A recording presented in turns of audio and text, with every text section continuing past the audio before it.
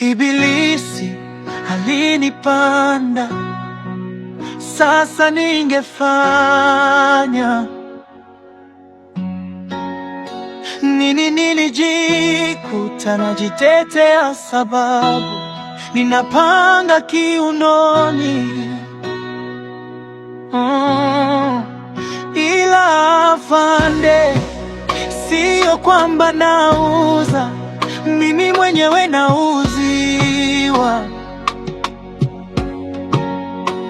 Ila kesi ya robari afande, nimesingiziwa.